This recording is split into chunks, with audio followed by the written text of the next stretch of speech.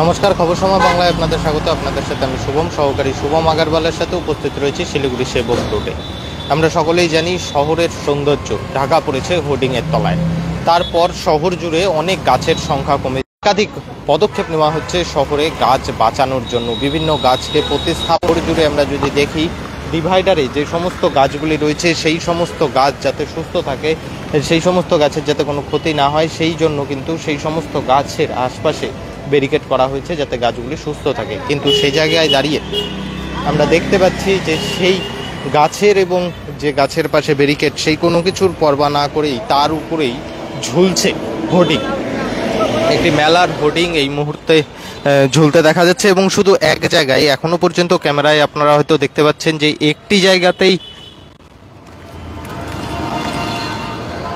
জায়গাতেই এই হোর্ডিংটি ঝুলছে, এমনটা কিন্তু নয়। এই রাস্তার বিভিন্ন জায়গায় গাছের উপরে, গাছের যে ব্যারিকেডিং করা রয়েছে তার উপরে কিন্তু এমন ধরনের হোর্ডিং দেখা যাচ্ছে। এতে যেমন গাছ এবং পাশাপাশি ব্যারিকেডের ক্ষতি হওয়ার সম্ভাবনা রয়েছে এবং সৌন্দর্যায়নও কিন্তু ঢাকা পড়ছে। এ বিষয়ে ইতিমধ্যে আমাদের কথা হয়েছে পরিবেশ বিভাগের যে এমআইসি রয়েছে শিলিগুড়ি পৌর নিগমের, তার সাথে। তিনি কিন্তু পরিষ্কার জানিয়েছেন এমন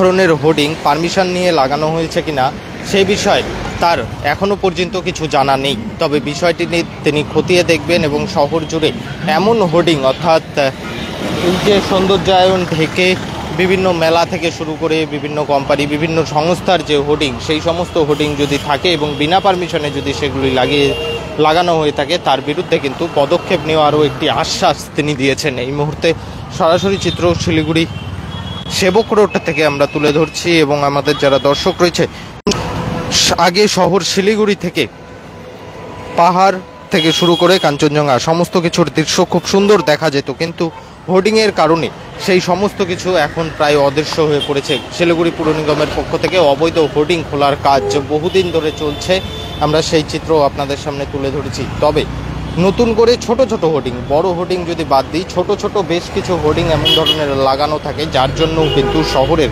সৌন্দর্য খানিকটা নষ্ট হয়।